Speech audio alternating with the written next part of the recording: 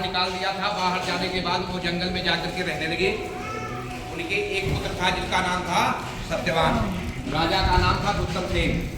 ठीक है, तो जब राज्य से निकाल दिया तो जंगल में रहते थे और उनका लड़का लकड़ी काट के बेचता था और लकड़ी बेचने वही जाता था जिस पड़ोस के राज्य में। और उस राजा के पास एक लड़की थी जिसका क्या नाम था? सावित्री। जब सावित्री की नजर उस लकड़हारे पर पड़ी तो सावित्री ने उसे अपना दिल दे दिया।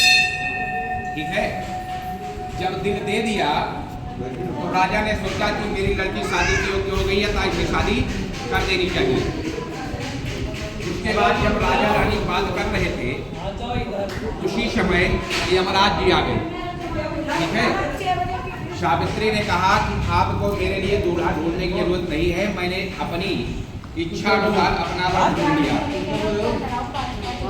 तो राजा ने यमराज जी को याद किया, नारद जी को। नारद जी वहाँ आए और नारद जी ने कहा कि लड़का बड़ा सुशील है, किसी प्रकार की कमी नहीं है, बुद्धिमान है, आपकी लड़की को अच्छी तरीके से रखेगा।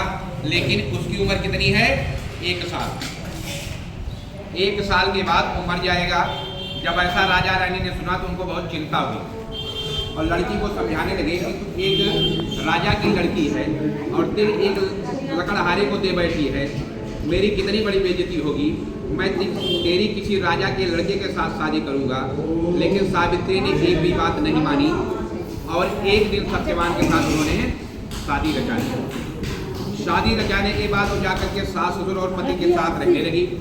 सास ससुर की भरपूर सेवा करती थी, पति की सेवा करती थी, लेकिन हर दिन वो गिनती थी।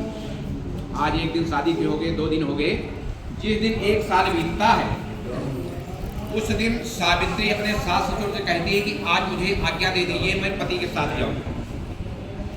सास ससुर को अनुनय विनय करके मना लिया और उसके बाद पति से बोला कि आज मैं तुम्हारे साथ चलूंगी। पति ने कहा फिर कभी? तो सावित्री ने कहा कि नहीं, आज मैं चलूंगी, इसके बाद आपको आपके साथ चलने के लिए मैं दोबारा नहीं बोलूंगी। पति को भी रिझा लिया और साथ में पति के साथ चली गई।